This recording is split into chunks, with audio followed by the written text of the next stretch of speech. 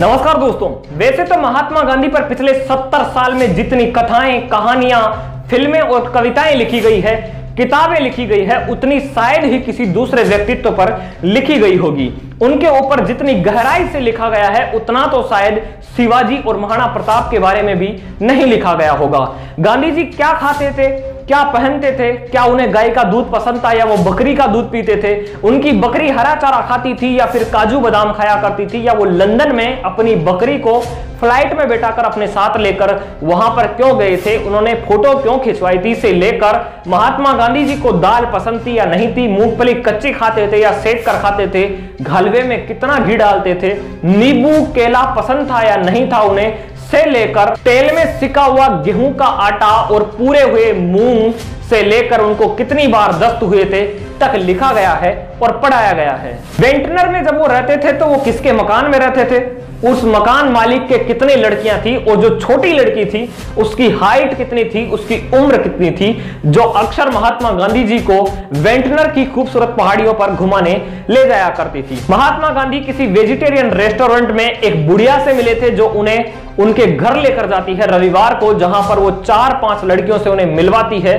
विवाह करने के लिए। क्योंकि दोस्तों महात्मा गांधी ने झूठ बोला था कि मेरी अभी तक शादी नहीं हुई है, जबकि उस समय महात्मा गांधी की शादी हो गई थी और शादी के साथ ही उनके साथ एक बच्चा भी हो गया था। गांधी जी ने पहली चोरी कब की, पहली बार मांस कब खाया, और महात्मा गांधी ने पहली बार अपनी काम वासना को शांत करने के लिए पहली बार वेश्या के पास कब गए, जिसका बिल किसने चुकाया, से लेकर वो कितनी देर में अंदर से बाहर निकले तक महात्मा गांधी ने खुद लिखा है और उनके शिष्यों ने भी इस पर जमकर लिखा है। मतलब महात्मा गांधी के जीवन का कोई भी ऐसा पहलू नहीं है जो अब तक किताबों में नहीं लिखा गया है, बल्कि ऐसा भी लिखा गया जो शायद उनके जीवन में घटित भी नहीं हुआ है। लेकिन इस गांधी लीला की विशेष सीरीज में गांधी जी के जीवन के हम उन पहलुओं पर चर्चा करेंगे जो लिखे तो गए हैं मगर अक्सर उन पर चर्चा कम हुई है।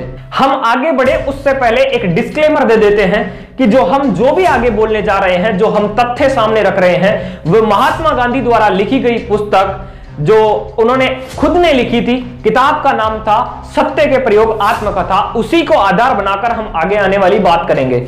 वैसे तो महात्मा गांधी ने जो ये किताब लिखी थी आत्मकथा, वो मूल रूप से गुजराती में लिखी थी, लेकिन उन्हीं के शिष्य, उन्हीं के साथ रहने वाले, साबरमती आश्रम में रहने वाले काशीनाथ त्रिवेदी जी ने इसका हिंदी अनुवाद भी किया है। उस हिंदी अनुवाद की उसी किताब को लेकर हम आपके बीच में कुछ तथ्यों को रखेंगे। तो आइए शुरू करते हैं इस गांधी लीला की विशेष सीरीज में आज के पहले एपिसोड में, और बात करते हैं कि क्या वाकई में गांधी जी चाहते थे कि अंग्रेज भारत छोड़कर चले जाएं, या फिर गांधी जी के उद्देश्य अलग थे, यानी गांधी जी ने कुछ अलग ही सपना पाल रखा था। गांधी जी और अंग्रेजों के बीच में किस प्रकार के संबंध थे, और क्या वाकई में गांधी जी अहिंसावादी थे या फिर वो केवल अहिंसावाद का ढोंग करते थे, पाखंड करते थे। गांधी जी अंग्रेजों के खिलाफ थे या उनके भक्त थे, यानी उनके सहयोगी थे। इसे समझने से पहले हम चलते हैं 1918 में, यानी पहले विश्व युद्ध के आखिरी साल में। अंग्रेजों को युद्ध के लिए रंगरूटों की भर्ती करनी थी। रंगरूट बोले तो वे सिपाही जिन्हें सैलरी भी कम मिलती है और युद्ध की अग्रिम पंक्ति में उन्हें लड़ाया जाता है।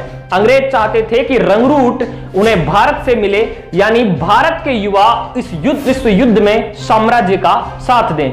इसीलिए तत्कालीन जो वायसराय थे चेम्सफोर्ड, उन्होंने दिल्ली में एक सभा बुलाई और नाम रखा गया सभा का युद्ध परिषद। गांधी जी को उस समय पॉपुलैरिटी तो मिल गई थी क्योंकि उन्होंने चंपारण और खेड़ा की लड़ाई लड़ी थी, लेकिन अभी तक वो शीर्ष नेताओं में नहीं थे।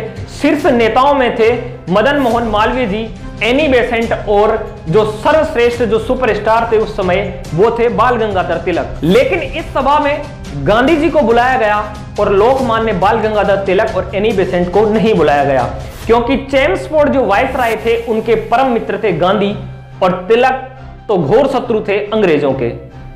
तिलक को नहीं बुलाए जाने पर गांधी जी ने पहले तो नहीं जाने का नाटक किया, लेकिन बाद में एक दूसरे अंग्रेज के कहने पर वे सभा में चले गए।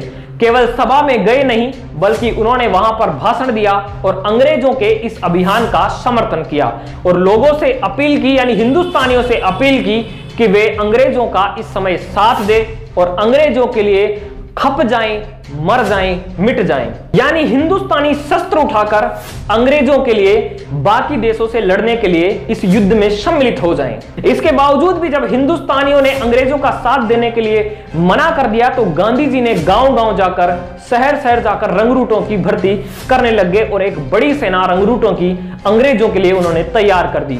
इसी दौरान सरदार वल्लभ भाई पटेल महात्मा गांधी से अहमदाबाद रेलवे स्टेशन पर उनसे मुलाकात करते हैं। सरदार वल्लभ भाई पटेल उनसे पूछते हैं कि आप तो अहिंसावादी हैं, फिर क्यों हजारों लाखों हिंदुस्तानियों को हिंसा का शिकार होने के लिए मजबूर कर रहे हैं, उन्हें प्रेरित कर रहे हैं। तो गांधी ने कहा कि जो मैं कर रहा हूं वो मुझे लगता है कि मैं ठीक कर रहा हूं। अपने आप को अहिंसावादी कहने वाले गांधी जी ने हिंदुस्तानियों को अंग्रेजों के लिए युद्ध में धकेल दिया, जहां हजारों हिंदुस्तानियों की बेवजह जान चली गई। इस घटना से यह साबित होता है कि महात्मा गांधी का अहिंसावाद सेलेक्टिव था। यानी जब हिंदुस्तानी अंग्रेजों के खिलाफ हथियार उठाए तो गांधी जी की नजरों में वो पाप था, लेकिन वही हिंदुस्तानी जब अंग्रेजों का साथ देने के लिए जर्मन्स पर हथियार उठाएं तो गांधी जी की नजर में ये बहुत ही बड़ा पुण्य का काम था। यानी गांधी जी कोई अहिंसावादी नहीं थे, बल्कि वे अवसरवादी थे और अहिंसावाद के इस भ्रम जाल में हिंदुस्तानियों को डालकर वे सीधे तौर से, डायरेक्ट रूप से, प्रत्यक्ष रूप से वो अंग्रेजों का सहयोग कर रहे थे। युद्ध हुआ और हजारों हिंदुस्तानी अंग्रेजों की ओर से लड़ते हुए शहीद हो गए। यानी एक अहिंसावादी तथाकथित महात्मा के धोखे में आकर हिंसा का शिकार हो गए। गांधी जी ने अंग्रेजों की सहायता करने का वचन देने के बाद गांधी जी ने एक पत्र लिखा वायसराय चेम्सफोर्ड को। वायसराय चेम्सफोर्ड को पत्र लिखा, वो शिमला पहुंच गए थे और शिमला पहुंचाने के लिए महात्मा गांधी ने उस पत्र को डाक से नहीं भेजा और नहीं किसी एक हिंदुस्तानी व्यक्ति के हाथ से। गांधी जी ने खुद लिखा है कि उस पत्र को भेजने के लिए मुझे ऐसे व्यक्ति की जरूरत थी जो पवित्र भी हो और विश्वास करने लायक हो। तो उन्होंने एक रेबरलैंड आयरलैंड नाम के एक अंग्रेज के साथ उन्होंने ये पत्र भेजा।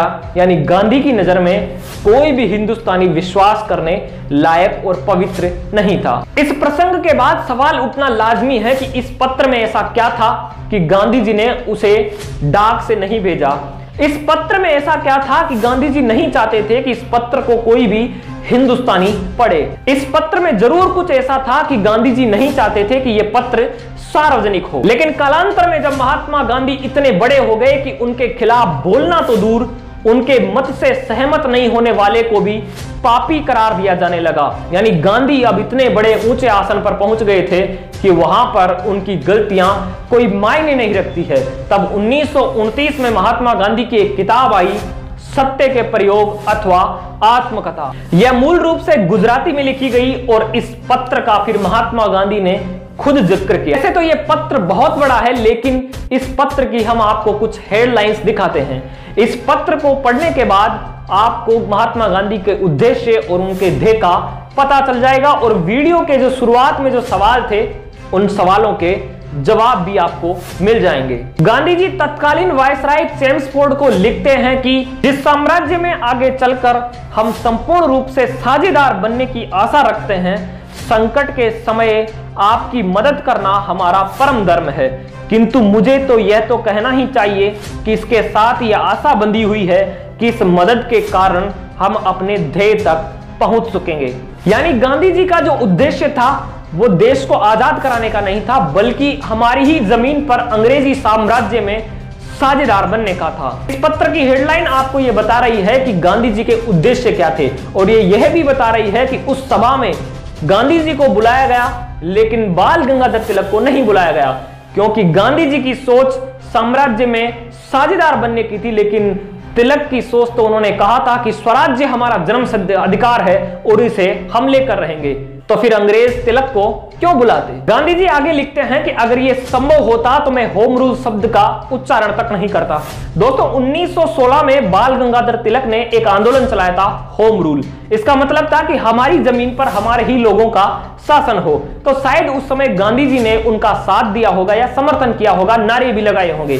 तो इसी के लिए महात्मा गांधी अब चेम्सफोर्ड को कह रहे हैं, यानी सीधा कहे तो हम माफी मांग रहे हैं कि मेरे लिए अगर यह संभव होता तो मैं उस समय इस होम रूल शब्द का उच्चारण तक नहीं करता, बल्कि मैं तो हिंदुस्तानियों को आह्वान करता कि वो अंग्रेजी साम्राज्य के लिए, उसकी रक्षा के लिए मर जाएं, मिट जाएं और खप जाएं, क्योंकि इसी के चलते हम अंग्रेजी साम्राज्य में बड़े और आदरणीय साझेदार बन सकते हैं। गांधी जी आगे चेम्सफोर्ड को लिखते हैं कि वैसे तो हिंदुस्तानियों में होम रूल इतना गहरा बैठ गया है कि वहां से उनको निकालना बड़ा मुश्किल है, यानी ये नहीं चाहेंगे कि अब वे अंग्रेजों का साथ दें।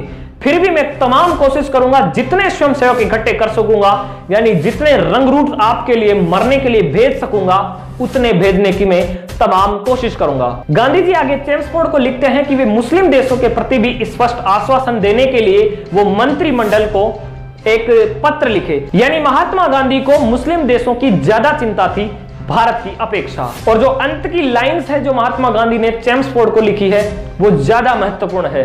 गांधी लिखते हैं कि मैं अंग्रेजों से प्रेम करता हूं, इसलिए मैंने ये पत्र लिखा है और मैं चाहता हूं कि जो वफादारी एक अंग्रेज में है वही वफादारी हर एक हिंदुस्तानी में जागे। गांधी जी का मतलब था कि हर हिंदुस्तानी ब्रिटिश साम्राज्य के प्रति वफादार हो और वो ब्रिटिश साम्राज्य के खिलाफ षड्यंत्र नहीं करे।